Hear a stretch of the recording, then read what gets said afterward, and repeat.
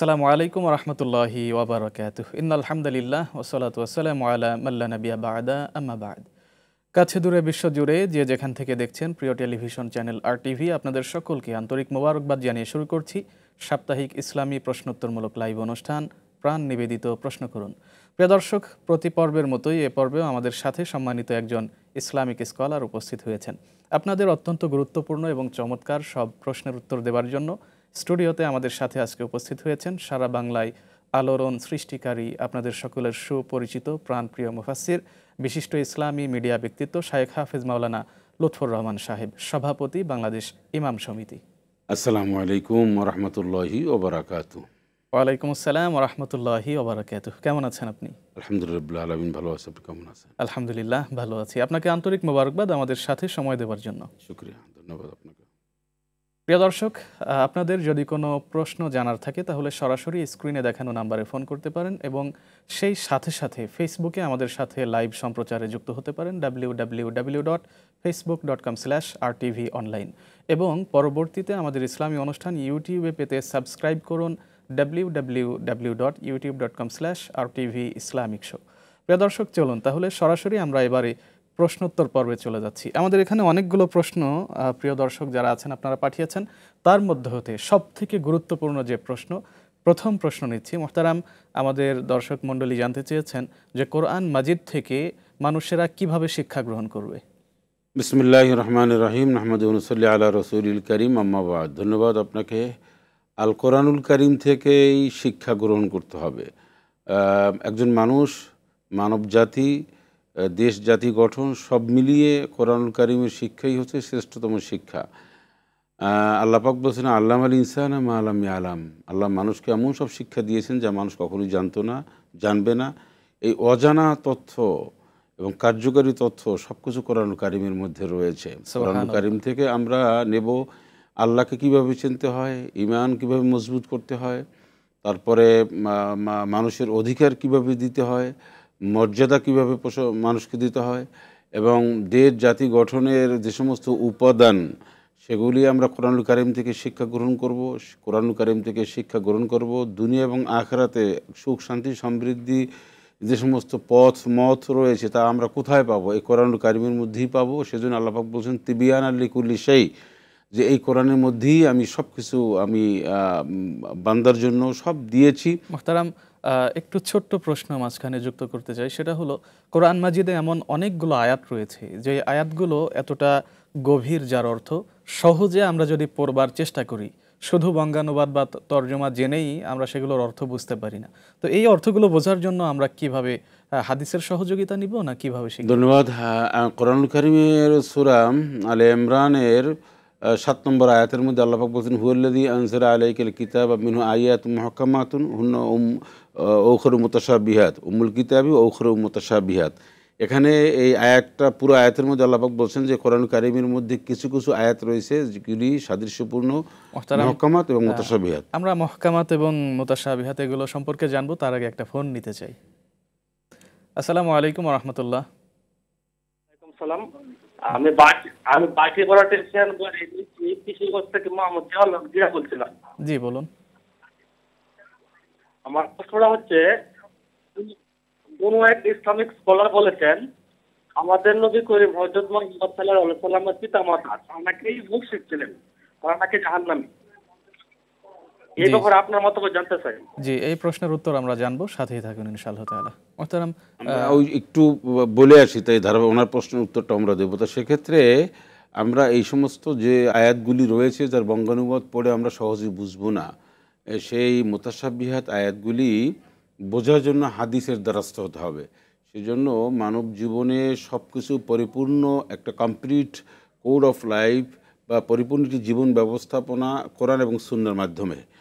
সুতরাং শুধু কোরআন পড়ে আমরা সব বুঝবো না, কারণ হাদিস এর সম্পর্ক রয়েছে। তো সেজন্য কোরআন এবং সুন্নাহ দুটি মিলিয়ে আমাদের জীবন পরিচালিত হতে হবে। দর্শক যে প্রশ্নটি করেছে, এই প্রশ্নটি অত্যন্ত সেন্সিটিভ। আমরা রাসূল আকরাম সাল্লাল্লাহু আলাইহি ওয়াসাল্লামের পিতা মাতা নিয়ে আমি কোনো ধরনের কমেন্টস করার আমার সুযোগ নাই। যারা এই ব্যাপারে মুশরিক অথবা জাহান্নামে যাবে নানান ধরনের যারা কথা বলে, তারাই কমেন্টস করুক। আমরা পৃথিবীর সর্বশ্রেষ্ঠতম যিনি একজন সর্বশ্রেষ্ঠতম মানুষ, তার বাবা এবং মা নিয়ে আমি ব্যক্তিগতভাবে কোনো কমেন্টস আমি করব না। কোরআন এবং সুন্নাহর মধ্যে কিছু সুন্নাহর মধ্যে, হাদিসের মধ্যে কিছু বক্তব্য রয়েছে, সেই বক্তব্য কিভাবে রয়েছে সেটা নিয়েও আমি আলোচনা করতে চাই না। তবে আমরা আমরা রসুল আকরাম সাল্লাল্লাহু আলাইহি সাল্লামের পিতা এবং মাতাকে আমি ব্যক্তিগতভাবে আমি অত্যন্ত সম্মান, শ্রদ্ধা এবং দিতে চাই, এবং ভালোবাসি। আল্লাহু আলাম ইয়াগফির লিমান ইয়াশা ওয়া ইয়াযিবু মান ইয়াশা। আল্লাহ কাউকে ক্ষমা করুন, কাউকে মাফ করবেন, আল্লাহ পাক ভালো জানেন। সুতরাং তার বাবা মা কি হবে, কোথায় কি হবে, এটা ব্যাপার নিয়ে আমি আন্তরিকভাবে দুঃখিত, আমি বলতে পারবো না। মোহতারাম, আপনাকে আন্তরিক মোবারকবাদ। আমরা পূর্বের প্রশ্নটা সম্পর্কে আরেকটু জানতে চাই। সেটা হচ্ছে কোরআন মাজিদে হরুফুল মুকাত্তাআত যেগুলো রয়েছে, যেমন আলিফ লাম মিম ত সিন, এই যে কিছু শব্দ রয়েছে, এই শব্দগুলো দ্বারা আল্লাহ তাআলা কি বুঝিয়েছেন? না, এই শব্দের অর্থ আল্লাহু আলাম বিমুরাদি, আল্লাহ পাক এবং আল্লাহ রসুল ভালো জানেন, আলিফ লাম মিম। তবে মুফাসসিরিন কিরামরা এই শব্দগুলির অনেকে ব্যাখ্যা করেছেন। অনেক ইসলামিক স্কলার যারা রয়েছেন তারা নাসিরুদ্দিন আলবানী, তারপর ইমাম তাইমিয়া, তারপরে জালালউদ্দিন সৈয়তি, তারপরে যারা আছেন মানে সবচেয়ে বড় ইসলামিক স্কলার, ওনারা একটা ব্যাখ্যা করেছেন আলিফ লাম মিম। তারা বলেছেন যে এটা অর্থ আল্লাহ পাক ভালো জানেন, আলিফে আল্লাহ, লামে জিবরাইল, মিমে মুহাম্মদ সাল্লাল্লাহু আলাইহি ওয়াসাল্লাম বলেছেন। যেমন তোহা রসুল আকরাম সাল্লাল্লাহু আলাইহি ওয়াসাল্লামের একটা নাম, ইয়াসিন রসুল আকরাম সাল্লাল্লাহু আলাইহি ওয়াসাল্লামের একটা নাম। তো এইভাবে এই হরফে মুকাত্তাআত যেগুলি রয়েছে সেগুলির অর্থ আল্লাহ পাক ভালো জানেন। আর সব অর্থ আমাদের জানার দরকার নেই, আমরা যা জানি সেইগুলি কতটুকুন মানি সেটা হলো দেখার বিষয়। এখন এই জানার যতটুকুন জানি সেইটা নামাই না, অজানার দিকে ছুটছি কেন? আমি যতটুকুন জানবো অতটুকুন পরিপূর্ণ মানার পরে আমি আরও যখন প্রয়োজন হবে তখন আমি জানবার চেষ্টা করব। মোহতারাম, আপনাকে মোবারকবাদ। আমার কাছে অনেকগুলো প্রশ্ন এসেছে, এই প্রশ্নগুলো আমরা নিব, তবে তার আগে একটা ফোন নিতে চাই। আসসালামু আলাইকুম রহমতুল্লাহ। ওয়ালাইকুম আসসালাম ওয়া রাহমাতুল্লাহি ওয়া বারাকাতুহু। আসসালামু আলাইকুম ওয়া রাহমাতুল্লাহ। জি বলুন, আমরা শুনছি। কি ভাই, প্রশ্ন? আমি লোহাগাড়া থেকে বলছিলাম, সাতকারিয়া লোহাগাড়া। জি জি বলুন। জি, আমার তাহাজ্জুদের নামাজে সূরা ফাতিহার পরে মনে করেন যখন একটা সূরা শেষ করার পরে প্রথম রাকাতে, দ্বিতীয় রাকাতে আমি সূরা ফাতিহার পরে শুধু 3 বার সূরা ইখলাস করি। এখন এটা সম্বন্ধে আপনাদের একটু মতামত জানতে চাই। জি, সাথেই থাকুন, আমরা জানাবো ইনশাআল্লাহ। জি মোহতারাম। সূরা তাহাজ্জুদ নামাজে আমরা নির্দিষ্ট করে নিই অনেক সময় সূরা ফাতিহা, 3 বার সূরা ইখলাস অথবা অন্যান্য সূরা। এইটা সহিহ হাদিস দ্বারা প্রমাণিত না। সহিহ হাদিস দ্বারা প্রমাণিত যেটা সেটা হলো স্বাভাবিক নামাজের মতন সুন্নাহ নামাজ, ফরজ নামাজ, বিশেষ করে তাহাজ্জুদ নামাজে আমরা একটু বড় সূরা পড়তে পারি বা পড়ি। সেক্ষেত্রে যে কোনো সূরা, যে কোনো কোরআন কারীমের আয়াত আমরা পড়তে পারি। তাই নির্দিষ্ট করে পড়ার বিধান এমনভাবে নাই যে এটা ছাড়া তাহাজ্জুদ নামাজ হবে না। 3 বার সূরা ইখলাস, তারপরে সূরা আয়াতুল কুরসি অথবা সূরা কাফিরুন, এই সমস্ত সূরা দিয়া তাহাজ্জুদ নামাজ পড়তেই হবে এবং বিধিবিধান নাই। আপনি চাইলে পড়তে পারেন। আর যদি আপনার অন্যান্য সূরা না জানা থাকে, যা জানা আছে তা দিয়ে পড়বেন। যদি জানা থাকে তাহলে সব সূরা আয়াত দিয়ে আপনি তাহাজ্জুদ নামাজ পড়বেন। এটাই হচ্ছে কাইফিয়াত বা জি ধরন। মোহতারাম, অনলাইনে যে প্রশ্ন এসেছে তার মধ্যে গুরুত্বপূর্ণ আরও বেশ কিছু প্রশ্ন আমরা অনলাইনে পেয়েছি। তবে অনলাইনের প্রশ্নগুলো আমরা একটু পরে জানবো, তার আগে আরও একটি ফোন নিচ্ছি ইনশাআল্লাহ। জি শিওর। আসসালামু আলাইকুম, কে বলছেন, কোত্থেকে বলছেন? সালাম আলাইকুম, আমি নাটোর জেলা থেকে বলছি। ওয়ালাইকুম আসসালাম রহমতুল্লাহ। বলুন, কি প্রশ্ন আপনার? আমি জানতে চাচ্ছি যে মানুষ মারা যাওয়ার পর যে মানুষ যে অনুষ্ঠানটি করে মানুষকে খাওয়া দাওয়া, এটা কি জায়েজ? সাথেই থাকুন, আমরা জানাবো ইনশাআল্লাহ তাআলা। মোহতারাম, এই প্রশ্নটা শুধু দর্শকদেরই নয়, বিভিন্ন অঞ্চলে কিন্তু শুরু থেকেই হয়ে আসছে যে মানুষ মারা গেলে 3 দিন 4 দিন বা 40 যে আয়োজন করা হয়, এই আয়োজনটা ইসলামী শরিয়া কিভাবে দেখে, এই বিষয়টি একটু জানাবেন। উনি আর আপনার প্রশ্নের মধ্যে একটু পার্থক্য, মোহতারাম, উনি কিন্তু বলছেন মৃত্যুর পরে একটু খাওয়া। সময় চেয়ে নিচ্ছি, আরও একটি ফোন আছে, ফোনটা নিয়ে দেন দুটি প্রশ্নের উত্তর একসাথে জানবো। শিওর। আসসালামু আলাইকুম। ওয়ালাইকুম আছেন? আসসালাম। জি বলুন, শুনতে পাচ্ছি আমরা।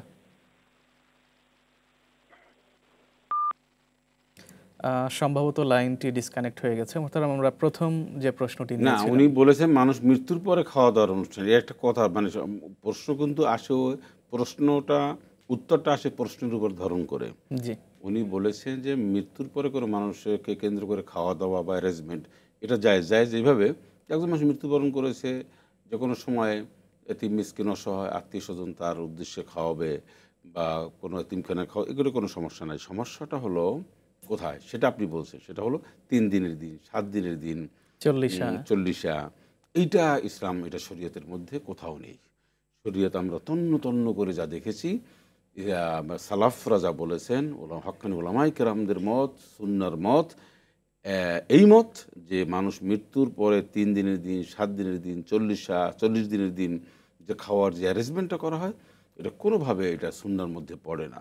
কিন্তু মানুষ মৃত্যুর পরে দান সাদাকা, এতিম মিসকিন অসহায় আত্মীয় স্বজন তাদেরকে ডেকে খাওয়ানোর এটা জায়েজ আছে যে কোনো সময়, শুধু দিন নির্দিষ্ট করতে পারবে না, করা ঠিক নয়। কারণ রাসূল আকরাম সাল্লাল্লাহু আলাইহি ওয়াসাল্লাম বলছেন যে কলা তুতআমুত তাআম, মানে সবচেয়ে মানুষের উত্তম আমল কোনটি, আইয়ুল ইসলামি খায়রুন, সবচেয়ে উত্তম আমল কোনটি, তখন রাসূল আকরাম সাল্লাল্লাহু আলাইহি ওয়াসাল্লাম বলছেন কলা তুতআমুত তাআম, উনি বলেন মানুষকে খাওয়ানো।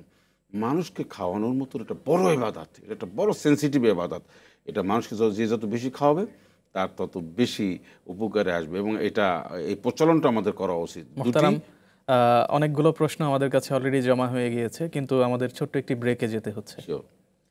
প্রিয় দর্শক, আপনারা দেখছেন প্রিয় চ্যানেল আর টিভির পর্দায় নিয়মিত প্রশ্নোত্তরমূলক ইসলামী লাইভ অনুষ্ঠান প্রাণ নিবেদিত প্রশ্ন করুন। আমরা ছোট্ট একটি বিরতিতে যাচ্ছি, কোথাও যাবেন না, সঙ্গেই থাকুন।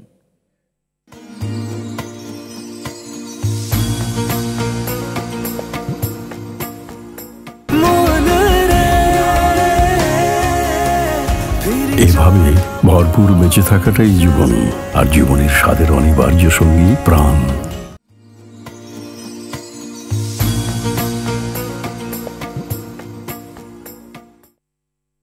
প্রিয় দর্শক, ছোট্ট একটি বিরতির পর আবারও ফিরে এলাম প্রিয় চ্যানেল আর টিভির পর্দায়। আপনারা দেখছেন নিয়মিত প্রশ্নোত্তরমূলক ইসলামী লাইভ অনুষ্ঠান প্রাণ নিবেদিত প্রশ্ন করুন। বিরতির পূর্বে আমরা অনেকগুলো প্রশ্নের উত্তর জেনেছি, আমাদের কাছে আরও অনেকগুলো প্রশ্ন আছে, সেগুলোর উত্তর জানবো ইনশাআল্লাহ তাআলা।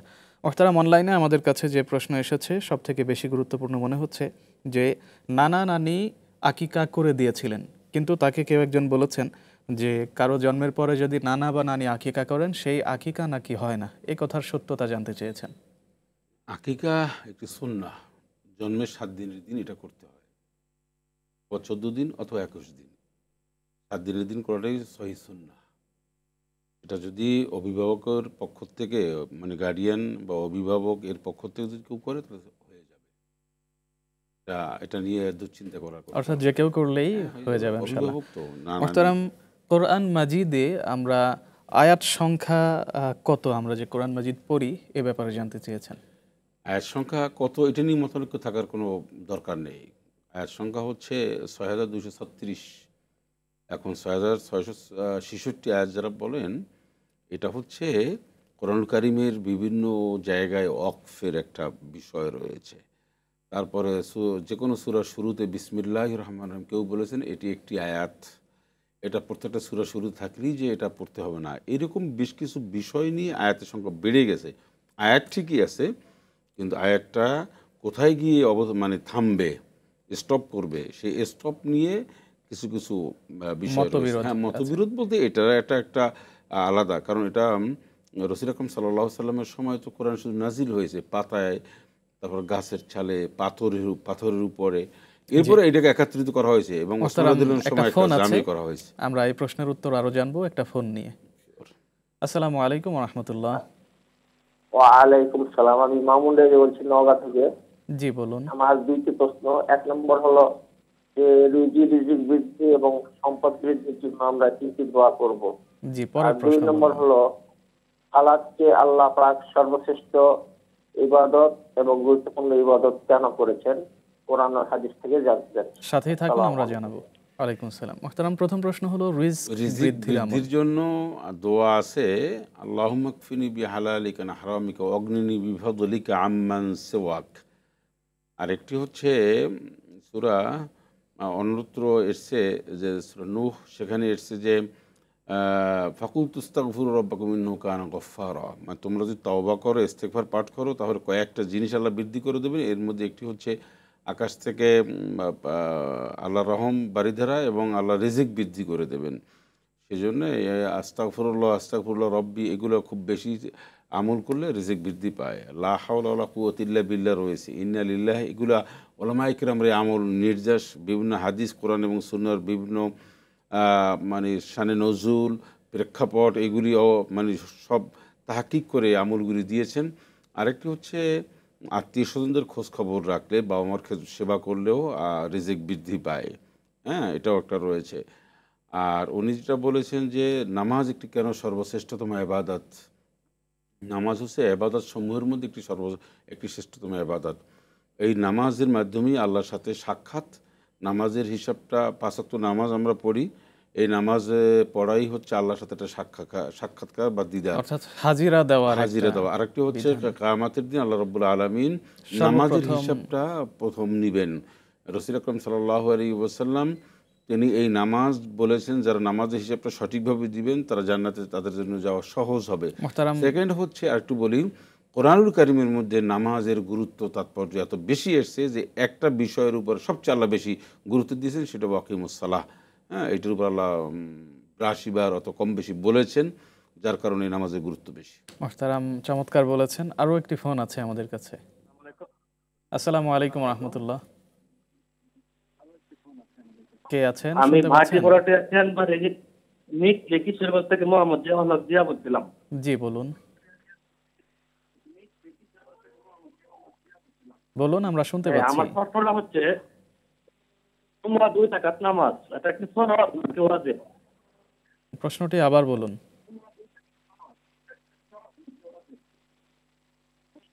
অনুগ্রহপূর্বক প্রশ্নটি আবার বলুন। জি মুহতারাম, 2 রাকাত নামাজ এটা ফরজ না ওয়াজিব জানতে চেয়েছেন। কিসের 2 রাকাত নামাজ? জুমার 2 রাকাত নামাজ। জুমার 2 রাকাত যে নামাজ সালাত, এটা তো অবশ্যই ফরজ। এই জুমার সালাতের ব্যাপারে আল্লাহ পাক কোরআনুল কারীমের এই নামাজ সম্পর্কে যেমন একটি আয়াত নাজিল করেছে, জুমার সালাত স্পেশাল, সেই জন্য আল্লাহ পাক আয়াত নাজিল করেছেন, ইয়া আইয়ুহাল্লাযীনা আমানু ইযা নুদিয়া লিস-সালাতি মিন ইয়াউমিল জুমআহ ফাসআউ ইলা যিকরিল্লাহি ওয়া যারুল বাই'আ। তো এই আয়াত নাজিল করেছেন, অবশ্যই ফরজ এবং 4 রাকাত ছিল। খুতবা শোনার কারণে এই হকটা জুমার ফরজের মধ্যে চলে যায়, এই জন্য আল্লাহ রাব্বুল আলামিন সংক্ষিপ্ত করে দিয়েছেন 4 রাকাতের জায়গায় 2 রাকাত। আর সমস্ত মানুষ সেদিনকার একত্রিত হবে, সেজন্য জুমার সালাত। খতিব সাহেব একটি দিক নির্দেশনামূলক বক্তব্য দিবেন, মানুষের কারেকশন, জীবনের সংস্কারমূলক একটি বক্তব্য দিবেন, আগামী জুমা পর্যন্ত কেমনে চলবে, পিছনে কি হয়েছে সব মিলিয়ে এমন একটি গুরুত্বপূর্ণ বক্তব্যের কারণে 2 রাকাত নামাজ সংক্ষিপ্ত করে 4 রাকাত। অর্থাৎ জুমার 2 রাকাত নামাজ অবশ্যই ফরজ। তবে জুমার পূর্বে যে খুতবাটা দেওয়া হয়, খুতবা কি আমরা অনেক সময় শুনতে দেরি করি, শুনতে যাই না, এই খুতবার গুরুত্ব কতটুকু? এটা একটা অন্যায়। নিয়ম হচ্ছে খুতবাটা অবশ্যই শুনবে। এখন এখানে কথা হচ্ছে আমরা কি আরবি খুতবা শুনবো না বাংলা খুতবা শুনবো? আমরা তো আরবি বুঝি না। আরবি খুতবার সময় যে আমরা হাজির হই তখন তো আমরা বুঝি না। আমরা বুঝি কোনটা? আমরা বুঝি বাংলা। বাংলাটাই আমাদের শুনতে হবে, কারণ বাংলাই আমাদেরকে খতিব সাহেবরা বা আমরা বক্তব্য দিচ্ছি, পরিবার কেমনি চালাবেন, রাষ্ট্র কেমনি চালাবেন, সমাজ কেমনি চলবেন, সুদ ঘুষ থেকে কিভাবে মুক্ত হবেন, জাহান্নামের রাস্তা কোনটা, জান্নাতের রাস্তা কোনটা, এই যে আমরা একটা বিবৃতি দিই, খতিব সাহেবগণ দেন, আমরা যে শুনি, এটা বাংলাটা শুনতে হবে। আরবিটা শুধু শুনে আপনি হক আদায় হবে না। অর্থাৎ আরবির পূর্বে বাংলা যখন বঙ্গানুবাদ বলছেন, বর্ণনা দিচ্ছেন, তখনই আমাদের শামিল হতে হবে। এবং আপনি যে আয়াত তেলাওয়াত করলেন, আল্লাহ তাআলা তো জুমার আজান শুরু হওয়ার সাথে সাথেই মসজিদে যাওয়ার ব্যাপারে গুরুত্ব আরোপ করেছেন। মুহতারাম, অনলাইনে যে প্রশ্নগুলো আছে এর মধ্যে আরও একটি প্রশ্ন হচ্ছে যে আমরা যখন কোরআন তেলাওয়াত করি, সিজদার আয়াত যখন আমাদের সম্মুখে চলে আসে, তখন আমাদের কি তখনই সিজদা আদায় করতে হবে নাকি পরবর্তীতে সিজদা দিলেও হবে? সিজদার আয়াত যখনই তেলাওয়াত করবে তখনই সিজদা দিবেন। আপনি দেখবেন সালাত মক্কা মদিনায় যখনই সিজদার আয়াত তারা তেলাওয়াত করে তখন তাদের সিজদা দেয়। এটাই হচ্ছে উত্তম। নামাজের মধ্যে যখনই তেলাওয়াত করবেন তখন আপনি সিজদাটা নিয়ে। জি মুহতারাম, আরও একটি ফোন আছে আমাদের। নামাজের বাইরে একটু পরে দিতে পারবেন। জি ইনশাআল্লাহ, আরও একটি ফোন আছে, নিচ্ছি ইনশাআল্লাহ। আসসালামু আলাইকুম, কে বলছেন, কোত্থেকে বলছেন? আমি সাতক্ষীরা থেকে বলছি। জি বলুন। বলছি যে আমার 36 বছর বিয়ে হয়েছে, কিন্তু দেখা যাচ্ছে আমার স্বামী মাঝখানে দ্বিতীয় একটা বিয়ে করেছে, আরো আমি কেন মানে অপকর্মও করে বেড়াইছে। এখন সে যখন আমার সামনে আসে তখন আমার ওই সেইগুলাই মনে হয়, আর ওর প্রতি আমার একটা ঘৃণা বোধ হয়। তো আমি এটা কি করতে পারি? সাথেই থাকুন, আমরা জানাবার চেষ্টা করছি। মোহতারাম, অস্পষ্ট ছিল মাঝখানে, উনি মানে স্বামী বিবাহ করছে আর একটা। জি, দ্বিতীয় বিয়ে করছে, যার কারণে স্বামী যখন তার কাছে ফিরে আসে তখন স্বামীর প্রতি ঘৃণা হয়। না, ঘৃণা হবে কেন? এটা তো ওনার দোষ। উনি কি দুধের দোষ কিন্তু কথা না? স্বামী অন্যায়ও করেছে, এরকম না, তিনি অন্যায় অভিযোগ করেছে করেছেন। সেটা ব্যক্তিগত, সেটা বিচার হতে পারে, কিন্তু স্বামী জেনা ব্যভিচার যদি করে তাহলে ঘৃণা হতে পারে ওনার, যে আমার স্বামী এরকম একটা বাজে কাজ করেছে, ইসলাম বিদ্বেষী। বিবাহ করলে ওনার ঘৃণা হওয়ার কথা না, বিবাহ করলে ওনার ওয়েলকাম জানানোর কথা ছিল। আমাদের সমাজের নারীরা, তারা স্বামীরা যদি একটা বিবাহ করে তাহলে সেখানে বিরাট অপরাধ হয়, কিন্তু ওই স্বামী যদি আরও অনেক জায়গায় যায়, ফিজিক্যাল রিলেশন যদি অনেকের সাথে করে, তাহলে সে সেটা মেনে নেয় বা সে সেটা ধৈর্য ধারণ করে। ঠিক না মোহতারাম, এটা? যে বোন প্রশ্ন পাঠিয়েছেন তার কথায় অভিযোগ এমন ছিল যে তার স্বামী অন্যায়ের সাথেও জড়িত, এখন তিনি কি করবেন? ওইটুকু আমরা হেদায়েতি বক্তব্য দিতে পারি, ওইটুকুর সাথে আমরা একমত। যতটুকুন তিনি অন্যায় করেছেন, মানে এই শরীয়ত বিরোধী কাজ করেছেন, তাহলে ঘৃণা না, উনি তওবা ইস্তেগফার পাঠ করে মানে একদম মানে ফ্রেশ হয়ে ওনার কাছে আসবে, এটাই ওনার করা উচিত। ঘৃণা করলে তো সে আরও পাপের কাজে লিপ্ত হতে পারে। মানুষকে যত সুন্দরভাবে বুঝিয়ে শুনিয়ে কাছে টানা যায়, রসুল আকরাম সাল্লাল্লাহু আলাইহি ওয়াসাল্লাম তাই করেছেন। মানুষকে তিনি খুব কাছে টেনেছেন ইসলামের আলোকে, ইসলামের ফ্লেভারটা দিয়ে। আমরা করি কি, একজন অন্যায় অপরাধ করলে তাকে খুব দূরে ঠেলে দিই, এটা ইসলামের অর্থাৎ ঠিক দূরে না, ঠেলে না ইসলামের। দিয়ে দিন বুঝিয়ে তাকে পরিশুদ্ধ জি, করার জি, চেষ্টা জি। করা উচিত। মোহতারাম, আরেকটি ব্রেকে যাচ্ছি। Sure. প্রিয় দর্শক, এতক্ষণ আপনারা দেখছেন প্রিয় চ্যানেল আর টিভির পর্দায় নিয়মিত প্রশ্নোত্তরমূলক ইসলামী লাইভ অনুষ্ঠান প্রাণ নিবেদিত প্রশ্ন করুন। আমরা যাচ্ছি আরও একটি বিরতিতে, সঙ্গেই থাকুন।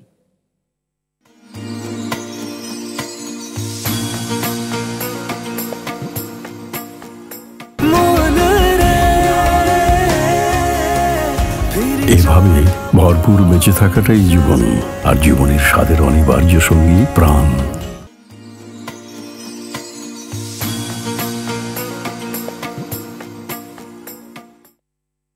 প্রিয় দর্শক, বিরতির পর আবারও ফিরে এলাম প্রিয় চ্যানেল আর টিভির স্টুডিওতে। আপনারা দেখছেন নিয়মিত ইসলামী প্রশ্নোত্তরমূলক লাইভ অনুষ্ঠান প্রাণ নিবেদিত প্রশ্ন করুন।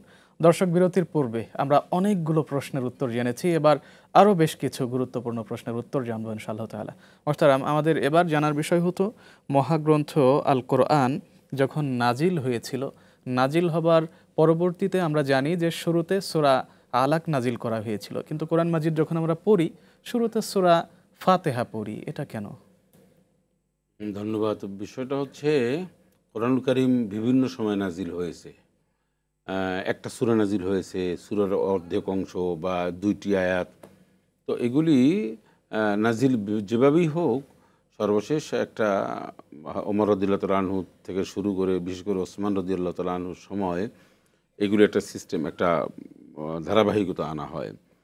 কিন্তু সূরা আলাকের প্রথম 5 আয়াত নাজিল হয়েছে, কিন্তু সূরা পরিপূর্ণ সূরা হিসাবে সূরা ফাতিহা সর্বপ্রথম নাজিল হয়, একটা পূর্ণাঙ্গ সূরা হিসাবে।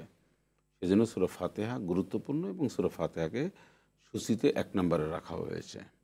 মোহতারাম, আমরা জানি যে হযরত ওসমান রাদিয়াল্লাহু তাআলা আনহু পরিপূর্ণ পাণ্ডুলিপি আকারে মহাগ্রন্থ রূপ দিয়েছেন, যেটা আমরা পড়ি এখন। তো এই কার্যক্রম কি ওসমান রাদিয়াল্লাহু তাআলা আনহু তিনি শুরু করেছিলেন, নাকি এটা রাসূল সাল্লাল্লাহু আলাইহি ওয়াসাল্লামের সময় থেকে বা রাসূল আকরাম সাল্লাল্লাহু আলাইহি ওয়াসাল্লামের সময় থেকে শুরু করে পরিপূর্ণতা, একটা ভালো একটা পূর্ণতা লাভ করেছেন, এবং এটা একটা সংস্কার বলতে এটাকে একটা সিস্টেমে সুন্দর করে আনার যে পদ্ধতি, এটা ওসমান রাদিয়াল্লাহু আনহু করেছেন। পরবর্তীতে জের জবরটা তখন ছিল না, জের জবরটা সেটা পরে দেওয়া হয়েছে। তো এটা একটা পর্যায়ক্রমে বিষয়টা এভাবে এসছে, অর্থাৎ ধাপে ধাপে আজকে এসছে। আমরা পড়ার সুবিধার্থে জের জবর সহ পাচ্ছি।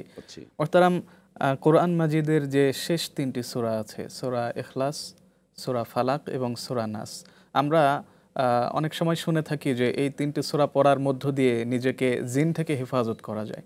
তো এই আমলগুলো আমরা কিভাবে করব? ব্ল্যাক ম্যাজিক, জিনের যে একটা কি বলে এটাকে আছর, বা জিনের যে একটা মানুষের উপরে যে একটা হামলা, এর থেকে বাঁচার একটা কোরআন কারীম একটা রক্ষা কবচ দিয়েছে। একটা জিনিস মনে করি, মানুষ এই যে ব্ল্যাক ম্যাজিকটা গোটা বিশ্বের মধ্যে এখন এটা একটা চাঞ্চল্যকর তথ্য নয়, এটা বাস্তব কথা। পৃথিবীর অনেক দেশে এটার মানে একটা বড় ধরনের প্রভাব রয়েছে। আমি একটা মরক্কো সফরে গিয়েছি, সেখানে একটি জায়গা রয়েছে, সে জায়গাটি আপনার ব্ল্যাক ম্যাজিকের জায়গা, সেখানে সেটা চর্চা হয়, সেখানে ওপেন হচ্ছে, মানে বিশ্বের বিভিন্ন জায়গার লোকজন যাচ্ছে, এই সমস্ত এক্সপার্ট যারা তারাও সেখানে নাকি আসছে, এটি সেখানকার লোকজন জানিয়েছেন। আচ্ছা, এখন ব্ল্যাক ম্যাজিক থেকে বাঁচার উপায় হচ্ছে কোরআনুল কারিমের মধ্যে সূরা ফালাক এবং নাস, সূরা ইখলাস এগুলি। আর জিনদের কবল থেকে বাঁচা, তাদের যে বদনজর থেকে বাঁচার জন্য জিনেরা সবচেয়ে কোরআনুল কারিম ভয় পায়। জিনেরা সবচেয়ে ভয় কি পায়? কোরআনুল কারিম। এই কোরআনুল কারিম যখন পড়ে তখন জিনেরা পালিয়ে যায়। আল্লাহু আকবার ধ্বনিকে তারা ভয় পায়। সেজন্য একজন মানুষ যদি এই আমলগুলি করে তাহলে তাকে নিয়মিত আমল করলে জিনেরা বা ব্ল্যাক ম্যাজিক থেকে আল্লাহ তাকে রক্ষা করেন। এটাই হচ্ছে স্বাভাবিক। মোহতারাম, অনলাইনে আরও গুরুত্বপূর্ণ প্রশ্ন এসেছে। একজন দম্পতি প্রশ্ন লিখে পাঠিয়েছেন যে তাদের অলরেডি 2টি সন্তান আছে। মোহতারাম, একটা ফোন আছে, এই প্রশ্নের পূর্বে আমরা ফোনটা নিয়ে নিচ্ছি। আসসালামু আলাইকুম রহমতুল্লাহ। ওয়ালাইকুম আসসালাম। জি বলুন, কে বলছেন, কোত্থেকে বলছেন? হ্যাঁ, আমি বলছি ময়মনসিংহ থেকে, জামালপুর জেলা। আমার প্রশ্নটা হচ্ছে যে আমাদের 2টা সন্তান হয়েছে, এখন আমরা সন্তান নিতে পারছি না, তাহলে এই ক্ষেত্রে আমাদের যে সেফ থাকাটা কিভাবে প্রয়োজন? মানে অনেকেই আছে ওষুধ খায়, এগুলো খায়। সাথে থাকুন, আমরা জানাবার চেষ্টা করছি। মোহতারাম, সন্তান 2টি আছে, সন্তান আর নিবেন না, এই পদ্ধতি ইসলাম, এই সবকটা ইসলাম দিতে পারে না, সমর্থন করে না। ইসলাম যে নসিহা বা অ্যাডভাইসটা দিবে ইসলামের পক্ষে, সেটি হচ্ছে যে আপনি, আল্লাহ পাক হচ্ছেন রিজিকের মালিক। ইন্নাল্লাহ ইয়ারযুকু মান ইয়াশাউ বিগাইরি হিসাব, ইন্নাল্লাহু হুয়ার রাজ্জাকু যুল কুওয়াতিল মাতিন। আল্লাহ রাব্বুল আলামিন রিজিকের ফয়সালা করবেন। আপনার যদি শারীরিকভাবে স্ত্রী সুস্থ থাকেন এবং তাহলে আপনি কেন সন্তান নেবেন না? নেওয়া উচিত। বিরত থাকার মতন পদ্ধতি এটা আমি বলে দিতে পারি না, এটা আমার জন্য মানানসই। আচ্ছা, যেটা ইসলাম সমর্থন করে না সেটা আমরা পরামর্শ দিতে পারি না। অর্থাৎ যে প্রশ্নটি আমরা কল নেবার পূর্বে করেছিলাম, যে নবদম্পতি প্রশ্ন করেছেন যে তাদের বিবাহের পূর্বে তারা বেশ কিছুদিন এঙ্গেজমেন্টের পরে নিজেরা দেখা করেছেন, একসাথে ঘুরতে বের হয়েছেন, এটা ইসলাম সমর্থন করে কিনা? বিবাহ না হয়ে এঙ্গেজমেন্ট হওয়ার পরে, জি, এটা আমাদের দেশে একটা ট্র্যাডিশন যে ছেলে মেয়ে অনেক সময় মানে ছেলে একটা প্রস্তাব চলে, দেখা দেখি হয়, সেই সময় মেয়ের সাথে কথা বলে, ছেলে কথা বলে, টুকটাক বা কোনো তথ্য আদান প্রদান করতে পারবে, এটা জায়েজ আছে। মোবাইলে ছেলেও জানতে পারবে, মেয়েও জানতে পারবে, যদি জানার কোনো বিষয় প্রয়োজন থাকে, এর বাইরে আর না। এখান থেকে শুরু হয়ে শেষটা কোথায়, এটা যে শেষ যে অনেক দূর, মানে অনেক দূর এগিয়ে যায়, এটা জায়েজ নাই। আর তারা যে ঘুরতে বের হয়েছে, কথাবার্তা বলেছে, বিভিন্ন পার্কে গেছে, এটা পরিপূর্ণ একটা গুনাহের কাজ ছিল। এঙ্গেজমেন্ট হওয়ার পরে যদি মানে কলেমা, মানে কি বলে এটাকে, আংটি আদান প্রদান, যেটা আংটি আদান প্রদান, এটা তো ওটা নর্মাল ইস্যু। এটার পরেও দেখা যাবে না যতক্ষণ পর্যন্ত তাদের আকদ না হবে, মানে বিবাহ না হবে, হিজাব কবুল না হবে, ততক্ষণ পর্যন্ত তারা একে অপরকে দেখা দেখি, পার্কে বিভিন্ন ঘোরাঘুরি, অবাধে কথাবার্তা, এটা একটাও জায়েজ নেই, এটা পরিপূর্ণ হারাম। আমরা শেষ প্রান্তে চলে এসেছি অনুষ্ঠানের। সর্বশেষ প্রশ্ন যেটা নিচ্ছি, সর্বশেষ প্রশ্ন হলো, কোরআন মাজিদ আমাদের জন্য বুঝে পড়তে আমরা শুধু আরবি পড়লেই হবে নাকি বুঝে পড়ার জন্য বাংলা সহ পড়তে হবে? এই প্রশ্নের পূর্বে আমরা একটা ফোন নিতে চাই। আসসালামু আলাইকুম রহমতুল্লাহ। ওয়ালাইকুম আসসালাম রহমতুল্লাহ, বলুন কি প্রশ্ন? আমার স্বামী স্ত্রী দুজনই অসুস্থ। আচ্ছা, আমরা এই আপনার বাথরুমের ভিতরে আমরা গোসল নাই, বেপরদায় গোসল করি, সমস্যা হয় বলতেছি। বুঝতে পারিনি। আচ্ছা, আমরা জি, উনি বোধহয় বলতে চেয়েছেন যে ওনারা দুজন শারীরিকভাবে অসুস্থ হতে পারে। জি, আঁকের যদি এরকম রেফারেন্স দিয়ে থাকে, ওয়াশরুমে যখন গোসল করেন তখন তাদের হচ্ছে সম্ভবত বসে গোসল করতে হয়, এই বিষয়টা জানতে চেয়েছেন যে ওয়াশরুমে গোসল করলে অসুবিধা হবে কি? না, ওয়াশরুমে গোসল করলে কোনো সমস্যা নেই। গোসল দাঁড়িয়ে বসে, যদি একজন মানুষের সুবিধা, যেটা এরকম নফল কাজে, ঐচ্ছিক কাজগুলিতে মানুষ যদি অসুস্থ থাকে, তাহলে ফরজ কাজেও কিন্তু অসুস্থ থাকলে তার তিনি বিকল্প পথ বেপরদা হয়ে আছে। গোসল করতে পারবেন কিনা এটা জানতে চেয়েছেন, না, শারীরিক অক্ষমতার কারণে। শারীরিক অক্ষমতার সাথে উনি পর্দার সাথে যদি যতটুকু সম্ভব অতটুকু করবেন। একজন মানুষের যতটুকু শরীরসম্মত মানা, শারীরিক অসুস্থ থাকলে সে যতটুকু সম্ভব ততটুকু মানবেন। আর বিকল্প মানার জন্য ইসলাম তাকে অনেক মত দিয়েছে। দাঁড়াই নামাজ না পড়তে বসে পড়বে, বসে না পড়তে পারলে শুয়ে পড়বে, এরকম যেরকম অবস্থা। ও পানি না থাকলে সে তায়াম্মুম করবে, এই সব বিকল্প অল্টারনেটিভ সব কিছু রাখা হয়েছে। এই জন্য ওনার গোসল করতে গেলে যদি মনে করেন যে আরেকজন গোসল করাই দিতে হয়, এরকম যদি প্রয়োজন মনে করে তাহলে সে করাই দেবে, সমস্যা নাই। শরিয়া। আমরা একেবারে শেষ প্রান্তে চলে এসেছি। আপনাকে আন্তরিক মোবারকবাদ আমাদের সাথে দীর্ঘক্ষণ সময় দেওয়ার জন্য। ধন্যবাদ আপনাকে। প্রিয় দর্শক, এতক্ষণ ধরে আপনারা দেখছিলেন প্রিয় চ্যানেল RTVর পর্দায় সাপ্তাহিক ইসলামী প্রশ্নোত্তরমূলক লাইভ অনুষ্ঠান প্রাণ নিবেদিত প্রশ্ন করুন। আমরা এই পর্ব থেকে বিদায় নিচ্ছি, পরবর্তী পর্ব দেখার আমন্ত্রণ জানাচ্ছি। আসসালামু আলাইকুম ওয়া রাহমাতুল্লাহি ওয়া বারাকাতুহু।